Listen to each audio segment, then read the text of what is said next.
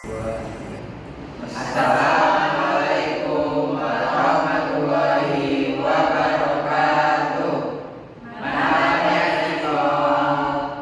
Wa amma abdu fil qawmin fil qatina yakni. Halo, Ismi Ahya. Halo, Ismi Udin. Hai, Ismi Anissa. Hai, ismi Juwita. Halo, Ismi Ainun. Halo, Ismi Ari. Halo, ismi Aulia. Halo, Ismi Syifa.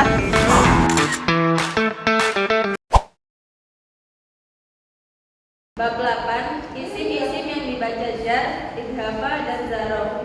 Kosakata kaf, tawabun, kasiron, muhsinun, fiqhun, taqsimun, arbaatun, azimun, mayatatun, najisun, naumun, imamun, makmumun, ila, amami, bada, isya'a, goslun, dibabun, rojulun, kaabun, baulun, waitin, gurubun, syamsun, robbun, alimun, kullun, rok'atun, indah, kiamun, masihun, uzunun. Kaidah 12a. Jika ada isim didahului oleh salah satu huruf jar, maka isim itu dibaca jar. Huruf-huruf jar antara lain yaitu li, mim, ila, an, ala, fi, bi, kaf. Dalam tata bahasa Arab, struktur ini disebut dengan struktur jar dan majrur.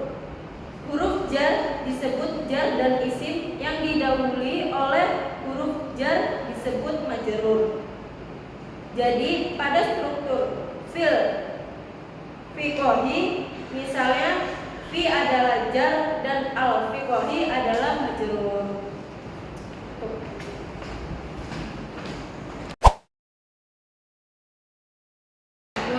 B. Struktur jar dan makjur dapat berstatus sebagai khobar.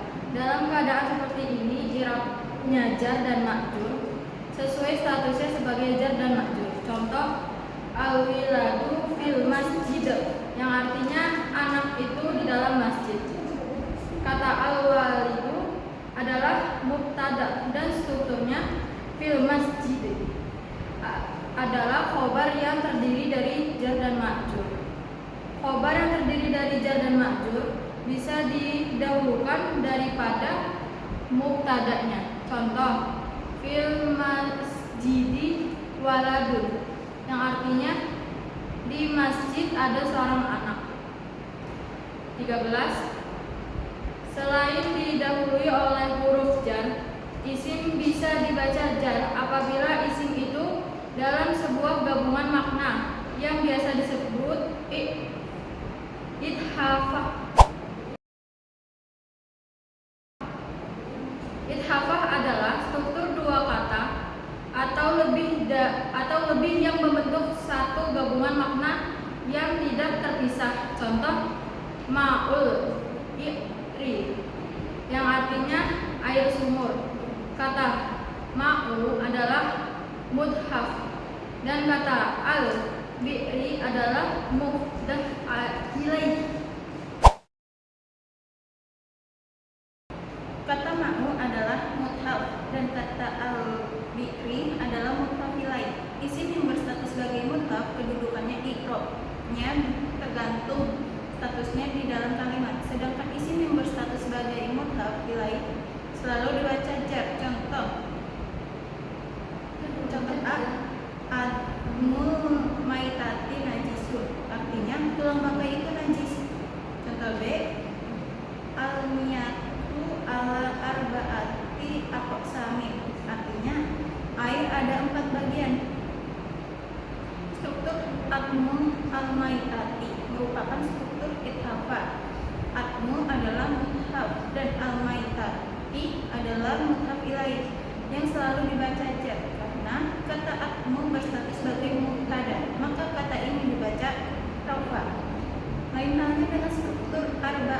aqsamin yang juga merupakan struktur ithafah. Kata arba'ati muthaf dan kata aqsamin muthaf ilaih, karena kata arba'ati yaitu selalu huruf jar, maka kata ini selalu dibaca jar. Struktur ithafah biasanya terdiri dari dua bagian. Bagian pertama ada tiga macam, yaitu yang pertama isim nakirah plus isim makrifah. Contohnya kita fiqoti. Contoh bagian kedua isim nakirah plus isim nakirah plus isim makrifah. Contohnya kita darusun al-ghoti. Contoh yang ketiga isim nakirah plus isim nakirah plus isim nakirah plus isim makrifah. Contohnya bab makrifatu alamaati rofa dan seterusnya. Bagian kedua ada dua macam, yaitu yang pertama isim nakirah plus isim nakirah, maksudnya bukan sifat. Contohnya arba'ati aqsami. Bagian kedua isim nakirah plus isim nakirah plus isim nakirah, maksudnya bukan sifat. Contohnya najasul mu maitati dan seterusnya.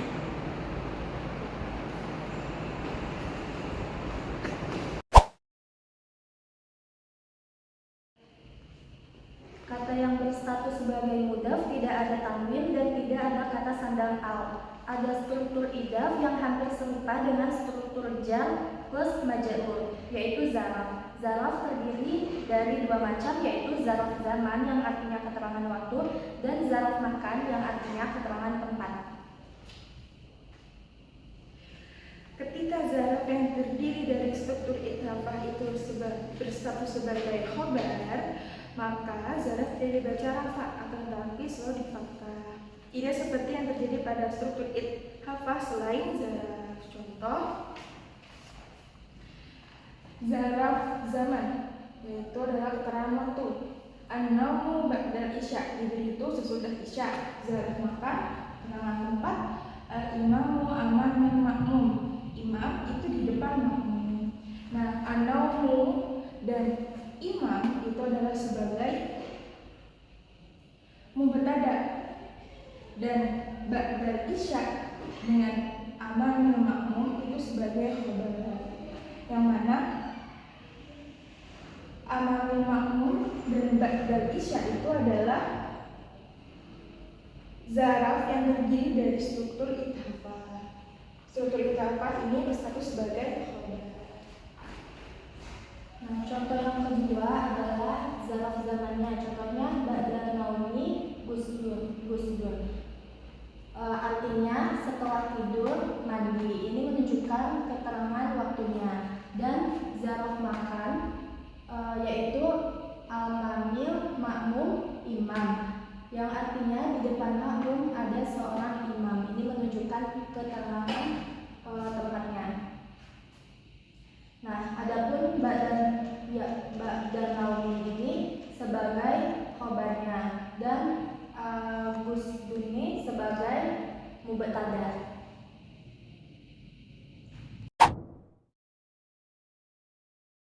Latihan materi 8, yaitu nomor 1, al-waladul mujtahidu fil baitil jadidi.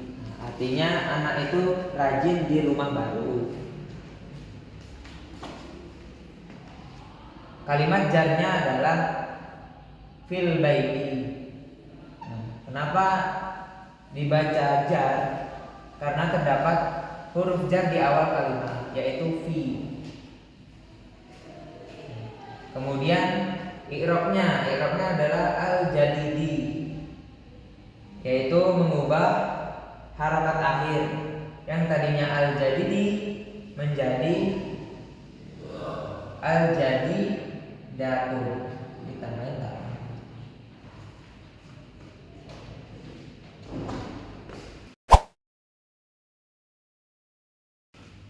Lanjut nomor 2, Ghuslul yadaini ilal mirfaqain, dan artinya membasuh kedua tangan sampai siku.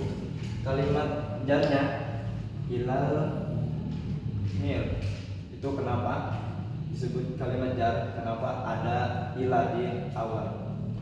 Lanjut dengan kalimat ifrad. Kalimat ifradnya itu al mirfaqain. Al mirfaqain itu kalimat ifrad itu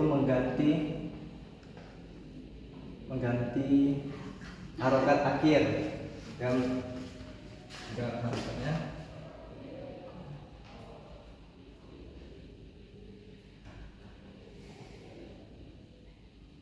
menjadi ilal mirfaqun. Nah. Latihan soal nomor 3. Ghuslur rajulaini ilal ka'baini, artinya membasuh kedua kaki sampai mata kaki. Kalimat jarnya adalah ilal ka'baini. Kenapa dibaca jar? Karena terdapat huruf jar di awal kalimat, yaitu ila. I'rabnya adalah al-ka'baini, yaitu mengubah harokat akhir yang tadinya al-ka'baini menjadi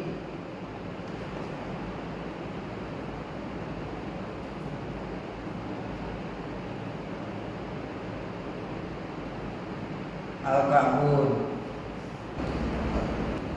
Sekian penjelasan dari kelompok kami. Jazakallah.